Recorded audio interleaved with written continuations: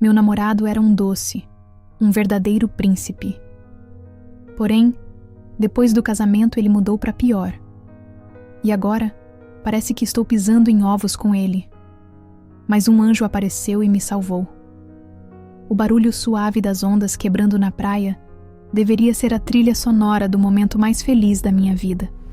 O cheiro de sal e protetor solar, o calor do sol da tarde em minha pele. Tudo era perfeito, ou quase.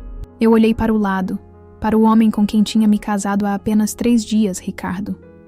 O mesmo homem que, até a semana passada, me trazia café na cama e escrevia bilhetes dizendo que eu era a mulher da sua vida.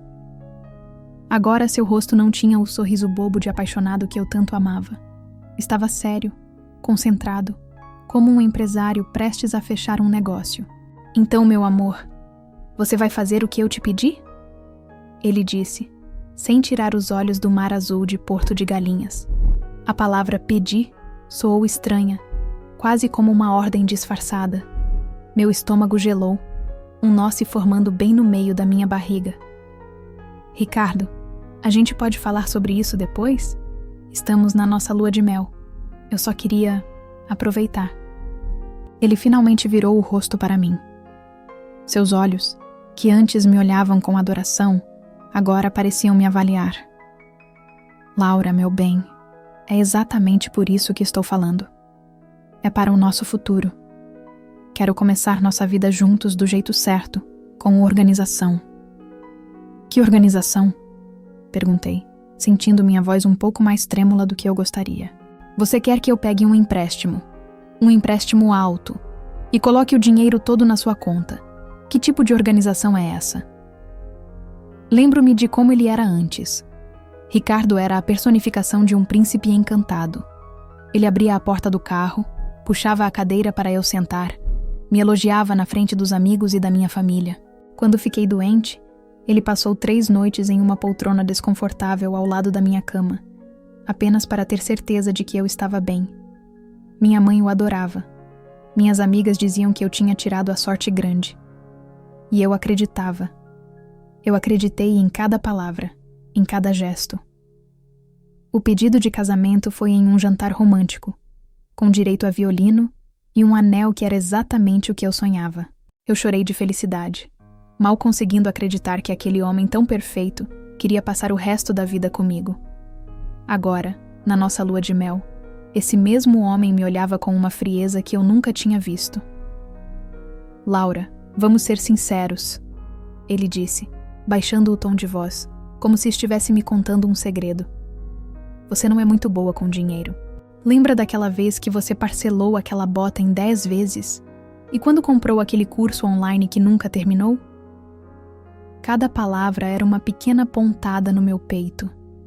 Ele estava usando minhas próprias inseguranças, coisas que eu mesma contava para ele em momentos de intimidade, contra mim. Isso não é justo, Ricardo. Eu sempre paguei minhas contas em dia. Aquele dinheiro do empréstimo é no meu nome. Eu tenho um bom crédito no banco por causa do meu emprego. É o meu nome que vai estar em jogo. Exatamente. E eu vou cuidar para que o seu nome continue limpo. Ele disse, agora com um sorriso que não alcançava os olhos. Pense em mim como o seu guardião financeiro. Eu vou investir esse dinheiro, fazer ele render. Você não vai precisar se preocupar com nada, princesa. Só em ser a mulher linda que você é. Princesa. A palavra que antes me fazia flutuar, agora soava como um apelido para uma criança tola, incapaz de tomar as próprias decisões. A areia sob meus pés de repente pareceu fria. O paraíso ao nosso redor começou a perder a cor. Eu olhava para os outros casais na praia, rindo, se beijando, e sentia uma inveja profunda. Onde estava o meu conto de fadas? Ele tinha acabado antes mesmo de começar? Eu não sei, Ricardo. Isso parece errado. A expressão dele mudou drasticamente. O falso sorriso sumiu, dando lugar a uma dureza assustadora. Errado? Errado, Laura. É começar um casamento sem confiança. Eu estou tentando construir o nosso patrimônio, o nosso futuro, e você está desconfiando de mim? É isso? Depois de tudo que eu fiz por você? A culpa. Era uma arma poderosa, e ele sabia usá-la muito bem. Ele se levantou, limpando a areia da bermuda com tapas fortes, agressivos. Eu vou dar uma volta para esfriar a cabeça, ele disse ríspido. Pense bem no que você quer para a nossa vida. Se quer ser minha parceira de verdade ou se vai ficar criando caso por besteira. Ele se afastou, caminhando pela beira do mar, um estranho na paisagem que deveria ser nossa. Fiquei ali, sentada na canga, sentindo as lágrimas quentes escorrendo pelo meu rosto. Eu estava sozinha, em um lugar lindo, com o coração partido. A dúvida me consumia. Será que eu estava errada? Será que eu era mesmo incapaz e ele só estava tentando ajudar? Aquele homem era o amor da minha vida, o meu porto seguro. Talvez eu devesse confiar nele.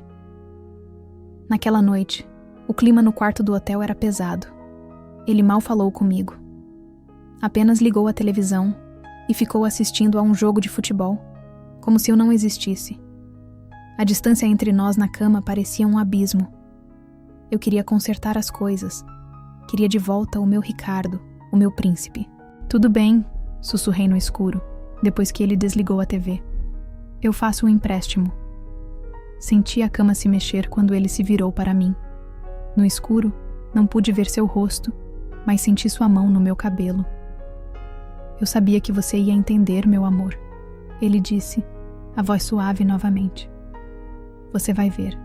É o melhor para nós. Ele me beijou na testa e virou para o lado, dormindo quase que instantaneamente. Mas eu fiquei de olhos abertos por horas, olhando para o teto, sentindo um medo que eu não conseguia nomear. Na manhã seguinte, ainda do hotel, usei o aplicativo do meu banco e, com o coração na mão, solicitei o valor que ele queria.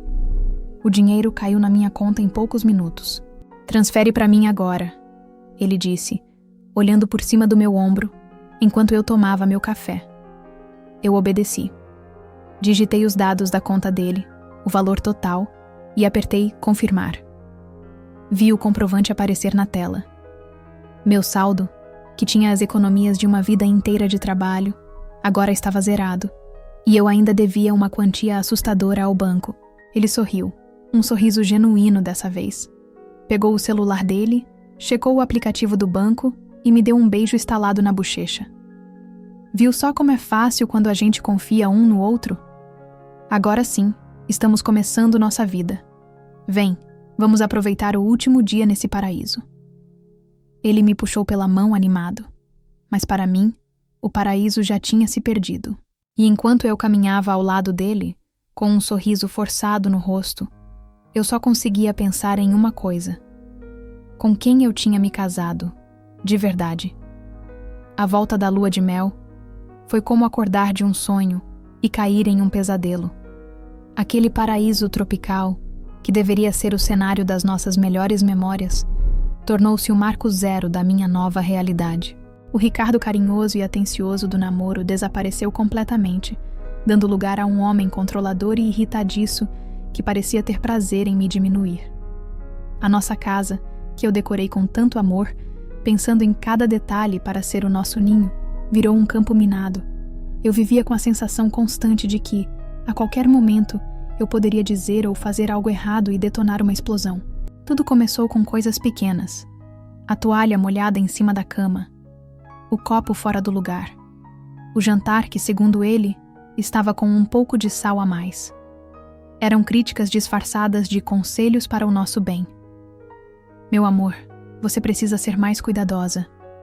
Uma casa organizada reflete uma mente organizada. Ele dizia, com aquele tom professoral que me dava calafrios. No início eu tentava argumentar. Ricardo, foi só uma toalha. Eu trabalhei o dia todo, cheguei cansada. Cansada?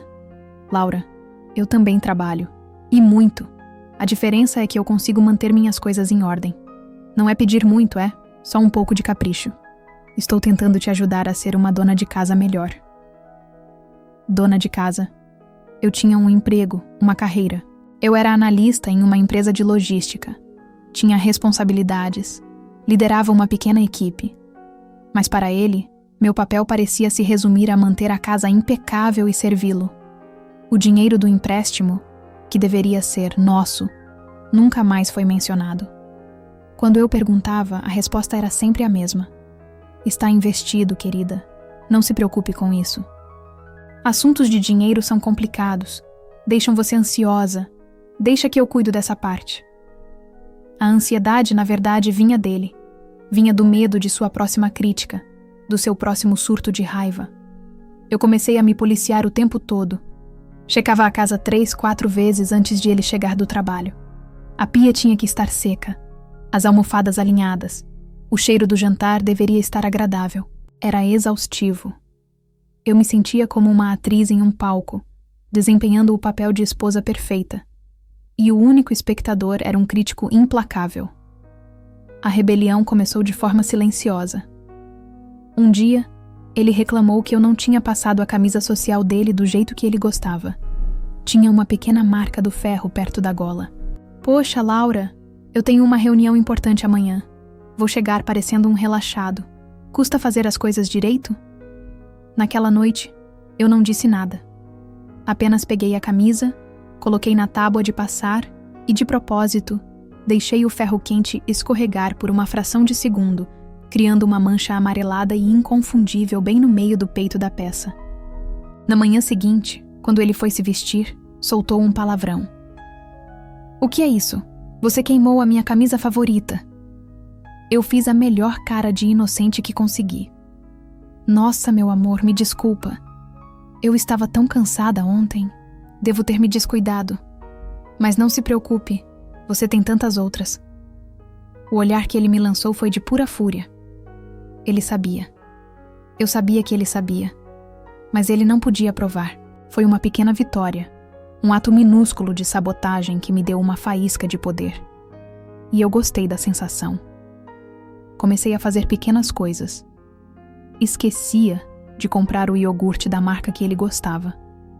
Acidentalmente apagava o programa de futebol que ele tinha deixado gravando. Eram coisas pequenas, infantis até. Mas eram a minha forma de gritar em silêncio. E a cada pequeno ato, a tensão aumentava. Você está fazendo isso de propósito, não é? Ele me confrontou uma noite, depois de encontrar o controle remoto da TV dentro da geladeira. Do que você está falando, Ricardo? Eu ando tão esquecida ultimamente. Deve ser o estresse do trabalho, eu disse com a voz mais calma que consegui. Não se faça de idiota, Laura! Ele gritou, e eu me encolhi. Você acha que eu sou trouxa? Desde que voltamos daquela viagem, você está estranha, rebelde. Qual é o seu problema? É o dinheiro? Já disse para não se preocupar com isso. O meu problema, Ricardo, é que eu não me sinto mais em casa. Eu explodi, as palavras saindo antes que eu pudesse contê-las. Eu não posso relaxar, não posso ser eu mesma. Eu vivo pisando em ovos com medo de você explodir. Eu sinto falta do homem com quem eu namorei. O rosto dele se transformou. A raiva deu lugar a uma expressão de mágoa, de vítima. Era outra de suas armas. Pisando em ovos? Laura, eu só quero o melhor para nós. Eu me mato de trabalhar para dar uma vida boa para você, e é assim que você me agradece? Me chamando de monstro? Tudo que eu faço é pensando no nosso futuro. Se eu pego no seu pé com a organização, é porque eu quero que a gente viva em um lugar agradável. Se eu cuido do dinheiro, é porque eu tenho mais experiência. Você é muito emotiva, leva tudo para o lado pessoal. Eu sou o homem da casa, é meu dever cuidar de tudo, inclusive de você. Ele se aproximou tentando me abraçar, mas eu recuei. O toque dele, que antes era meu refúgio, agora me causava repulsa. Não encosta em mim, eu disse, a voz baixa e firme. Ah, é assim agora? Ótimo, ele disse se afastando. Fica aí com a sua rebeldia. Mas depois não venha chorando para mim quando perceber que só está estragando o nosso casamento. A culpa vai ser toda sua. Ele pegou a chave do carro e saiu, batendo a porta com força. O som ecoou pela casa silenciosa. Eu desabei no sofá, tremendo. As palavras dele ecoavam na minha cabeça. A culpa vai ser toda sua. Ele era mestre em inverter a situação, em me fazer sentir a vilã da história. Eu me sentia mal, culpada, como se realmente estivesse destruindo a única coisa boa que me aconteceu. Será que eu estava exagerando? Será que o problema era eu, que não sabia aceitar o cuidado dele? A dúvida era um veneno lento. Eu olhava para as nossas fotos do namoro, espalhadas pela estante. Nós parecíamos tão felizes. O que tinha dado errado? A resposta estava bem na minha frente, mas eu ainda não queria enxergar. Eu ainda tinha esperança de que o meu príncipe voltasse. Mas ele não voltou. Pelo contrário, a minha pequena rebelião fez com que ele se tornasse ainda mais autoritário. Ele começou a controlar minhas saídas com as amigas, a ligar no meu trabalho para saber que horas eu sairia, a questionar cada centavo que eu gastava do meu próprio salário. A sensação de pisar em ovos se tornou constante. O ar na nossa casa era rarefeito, pesado, e eu sabia, no fundo da minha alma, que o conflito estava apenas começando. A guerra estava declarada. A calmaria antes da tempestade veio em uma manhã de sábado. Eu acordei com o cheiro de café fresco, e Ricardo entrando no quarto com uma bandeja. Tinha pão na chapa, do jeito que eu gostava, e um pequeno vaso com uma margarida. Por um instante, meu coração vacilou. Era um fantasma do homem por quem eu me apaixonei. Ele sorriu para mim, um sorriso largo e charmoso. "Bom dia, minha princesa dorminhoca", ele disse, me dando um beijo na testa. "Fiz um café especial para a gente começar bem o fim de semana." Eu me sentei, desconfiada. Gestos assim tinham se tornado raros e nunca vinham de graça. Havia sempre um preço. Agradeci em voz baixa e comecei a comer, o pão parecendo papelão na minha boca. Ele me observou com uma intensidade que me deixou nervosa. "Sabe, Laura", ele começou depois de um longo silêncio. "Eu andei pensando muito sobre nós, sobre as nossas discussões, e eu sei que andei pegando pesado com você. Me desculpa." Eu quase engasguei. Um pedido de desculpas? Aquilo era inédito. Olhei para ele, tentando encontrar algum sinal de sinceridade em seus olhos, mas só vi uma expectativa calculada. "Tudo bem, Ricardo", respondi cautelosa. Não está tudo bem. Eu quero que as coisas voltem a ser como antes. E para isso a gente precisa de confiança total, transparência. Por isso, eu resolvi umas coisas pra gente, para facilitar a nossa vida. Ele se levantou e foi até a cômoda, de onde pegou uma pasta de plástico. Meu estômago despencou. O preço do café da manhã estava chegando. Ele voltou para a cama e colocou a pasta no meu colo. Dentro, havia algumas folhas de papel timbrado, cheias de parágrafos densos e letras miúdas. "O que é isso?" perguntei, sentindo o ar ficar mais pesado. "É só uma formalidade, meu amor. Uma procuração", ele disse, como se fosse a coisa mais simples do mundo. Eu conversei com o gerente do banco e com um pessoal de investimento. Para eu poder movimentar o nosso dinheiro, aquele do empréstimo e o que a gente for juntando, e aplicar nas melhores oportunidades, eu preciso da sua assinatura.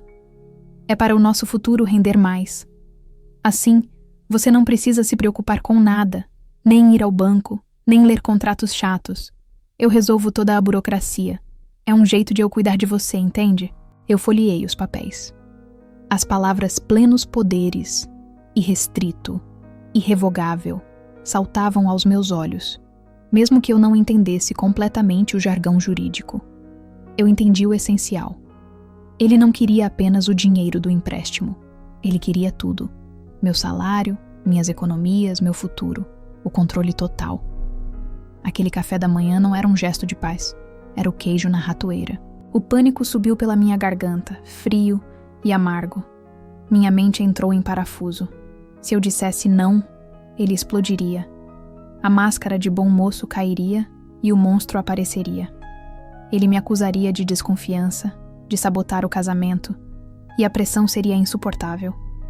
Eu precisava de tempo. Precisava pensar. E então, em um lampejo de pura inspiração nascida do desespero, uma ideia surgiu. Eu levei a mão à barriga, me curvando para frente e soltando um gemido baixo. "O que foi?" ele perguntou, a irritação já aparecendo em sua voz por causa da interrupção. "Ai..." Ricardo. Cólica. Eu murmurei, fazendo a melhor cara de dor que consegui. Veio do nada. Está muito forte. Cólica. Agora, Laura. Ele disse incrédulo. Não sou eu que escolho a hora. Respondi, com a voz embargada. Ai, meu Deus. Está doendo muito. Eu preciso de um remédio e deitar um pouco. A gente pode ver isso depois? Eu não consigo nem ler direito. Minha vista está ficando turva. Fechei os olhos com força, me encolhendo na cama. Era um teatro, mas era o melhor teatro da minha vida. Ele suspirou, um som longo e frustrado. Ele claramente não acreditava totalmente, mas o que ele podia fazer? Discutir sobre a intensidade da minha dor menstrual? Era a desculpa perfeita. Tudo bem, e disse pegando a pasta do meu colo. Melhora logo. Depois que você estiver melhor, a gente resolve isso. Deixo aqui na escrivaninha para você assinar. Ele saiu do quarto, e eu ouvi seus passos pesados pela casa. Esperei alguns minutos, com o coração batendo na garganta. Então me levantei. Peguei a pasta da escrivaninha e a escondi dentro da minha bolsa de trabalho. Fui até o banheiro, abri o chuveiro para fazer barulho e me troquei. Amor, a dor está terrível. Vou rapidinho na farmácia comprar um remédio mais forte, gritei da porta. Tá, ele respondeu de longe. Saí de casa tremendo, mas não era de dor. Era de medo e de uma determinação que eu não sabia que possuía. Dentro do carro, minhas mãos suavam tanto que o volante escorregava. Eu não fui para a farmácia. Peguei o celular e pesquisei por advogada de direito da família. Eu queria uma mulher. Sentia que só outra mulher poderia entender a urgência e a delicadeza da minha situação. Encontrei um nome, Doutora Helena, cujo escritório ficava a 20 minutos dali. Liguei, expliquei que era uma emergência, e por um milagre, ela tinha um horário livre por um cancelamento. A doutora Helena era uma mulher de uns 50 anos, com um olhar calmo e perspicaz. Ela me ouviu em silêncio, sem interromper, enquanto eu contava minha história, a voz falhando em alguns momentos. No final, entreguei a ela os papéis que Ricardo queria que eu assinasse. Ela colocou os óculos e leu cada linha com atenção. O silêncio no seu escritório era ensurdecedor. Depois de alguns minutos, ela tirou os óculos, pousou os papéis na mesa e me olhou. O olhar dela não era de pena, mas de uma compaixão firme.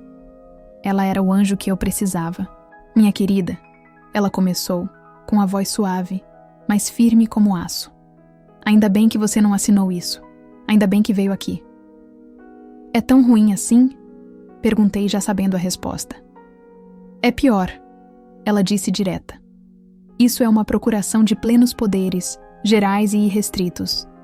Se você assina este documento, Laura, você entrega a chave da sua vida para o seu marido. Ele poderia vender qualquer bem que esteja no seu nome, como um carro ou um futuro imóvel. Poderia limpar suas contas bancárias, pegar empréstimos em seu nome, até mesmo fechar sua empresa, se você tivesse uma. E o pior, ele não precisaria da sua permissão para mais nada. Você se tornaria uma mera espectadora da sua própria vida financeira, completamente à mercê dele. Legalmente, você daria a ele o direito de te levar à ruína. Cada palavra era um soco no estômago. O demônio estava nos detalhes, e ele era mais feio do que eu imaginava. As lágrimas que eu segurei por tanto tempo finalmente vieram. Chorei de raiva, de medo, de alívio por não ter assinado. Chorei pela mulher ingênua que eu fui. Doutora Helena esperou eu me acalmar, me oferecendo um copo d'água e um lenço. Ele não é um príncipe, Laura, ela disse gentilmente. Ele é um golpista. E o que ele está fazendo é abuso patrimonial, uma forma cruel de violência doméstica. Ouvir aquilo de uma profissional, ver a situação nomeada, foi libertador. Eu não estava louca. Eu não estava exagerando. Eu era uma vítima. O que eu faço agora? Sussurrei.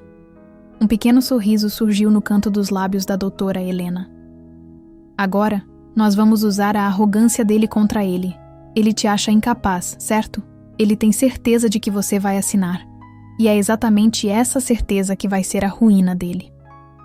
Ela se inclinou sobre a mesa, e pela primeira vez em meses, eu não senti medo. Senti esperança. O anjo da minha guarda não tinha asas. Usava um terninho e tinha um plano.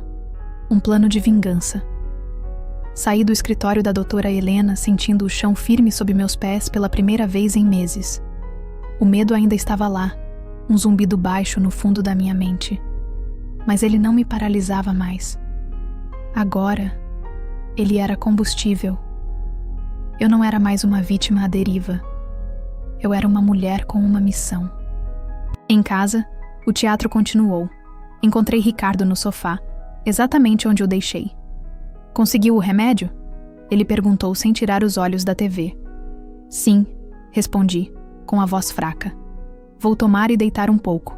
A dor melhorou, mas me deixou exausta. Ele apenas grunhiu em resposta. Perfeito. Quanto menos atenção ele me desse, melhor. No dia seguinte, um domingo, eu mantive a farsa.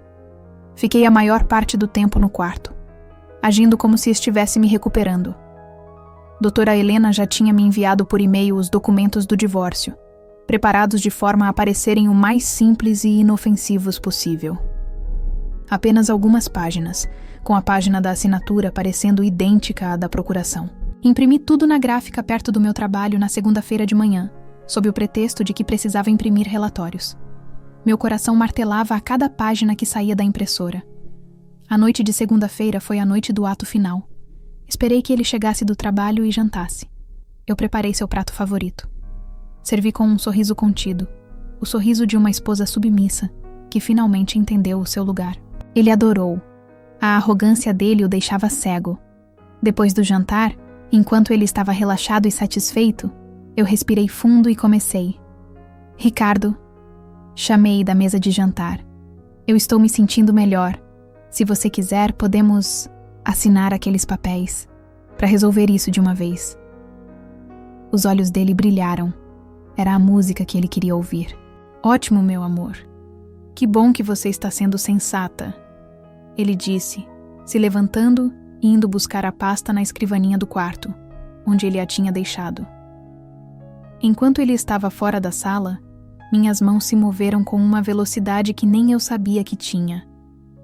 Tirei da minha bolsa os papéis do divórcio, já cuidadosamente organizados. Coloquei-os sobre a mesa e por cima a primeira folha da procuração. O resto da procuração demoníaca eu enfiei no fundo da minha bolsa. Quando ele voltou, a armadilha estava montada. Ele se sentou na minha frente, abrindo a pasta. Eu a interceptei. Deixa que eu arrumo, disse, com a voz um pouco trêmula. Minha mão ainda não está 100% firme por causa do remédio. Era a desculpa perfeita para a minha pequena confusão com os papéis. Tirei a capa da procuração de cima, como se estivesse a colocando de lado, e posicionei um monte de papéis do divórcio na frente dele, com a página da assinatura bem em cima. É aqui? Perguntei, apontando para a linha do meu nome, parecendo uma criança pedindo instrução. Isso, aí mesmo. Primeiro você, depois eu, ele disse impaciente, já pegando a caneta. Eu assinei. Minha mão tremia de verdade, mas não era de fraqueza. Era da adrenalina, da imensidão daquele momento. Cada curva do meu nome naquela linha era um passo para fora da minha prisão. Empurrei os papéis para ele. Ele pegou a caneta. Sequer passou os olhos pelo texto acima. Por que ele leria? Em sua mente, ele era o mestre de marionetes, e eu era apenas o boneco que finalmente obedecia. Ele estava assinando a transferência de todo o meu poder para ele. Estava assinando a sua vitória.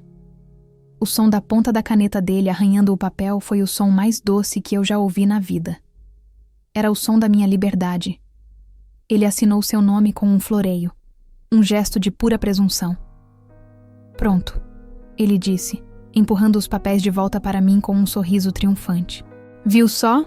Não doeu nada. Agora somos um time de verdade. Meu coração batia tão forte que eu temia que ele pudesse ouvir. Eu precisava manter a calma só por mais alguns minutos. O que eu faço com isso agora? Perguntei, na minha melhor voz de moça indefesa. Amanhã, no seu horário de almoço, Você leva isso no cartório para reconhecer firma das nossas assinaturas. É rápido, ele ordenou. Depois me entrega. Deixa que eu cuido do resto. A ironia era tão deliciosa que eu tive que me esforçar para não sorrir. Ele estava me mandando autenticar a sua própria sentença. Tudo bem, Ricardo, eu disse, abaixando a cabeça para esconder meu rosto. Ele se levantou, satisfeito.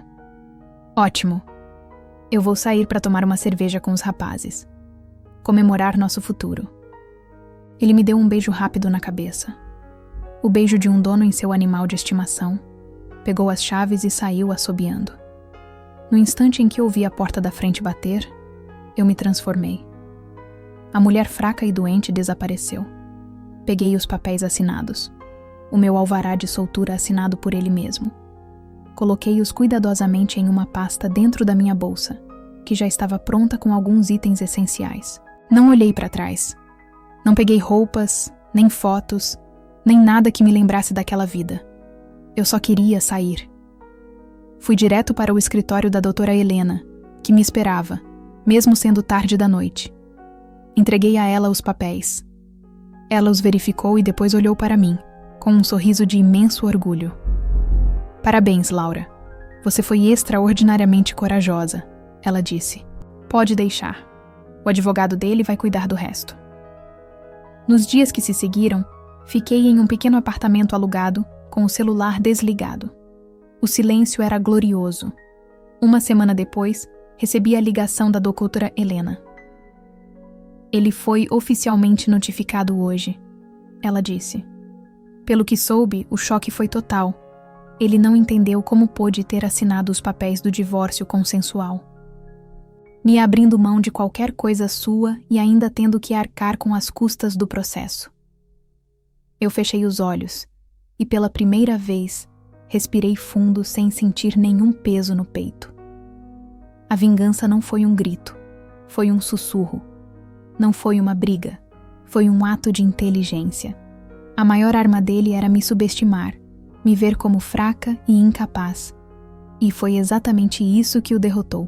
Ele caiu na própria armadilha, cego pela própria arrogância. Eu não sei o que aconteceu com Ricardo, e não me importo. Ele se tornou uma lembrança distante. O vilão de uma história que já acabou. Uma história onde a princesa não precisou ser salva por um príncipe. Ela encontrou um anjo que lhe mostrou o caminho. E no final, ela mesma se tornou a heroína. Ela se salvou. E eu, pela primeira vez em muito tempo, estava pronta para começar a escrever o meu próprio Felizes para Sempre.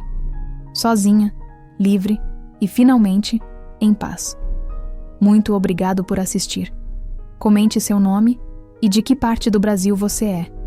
Por favor, compartilhe, curta e se inscreva no canal. Veja este outro vídeo especial que separei para você. Até mais.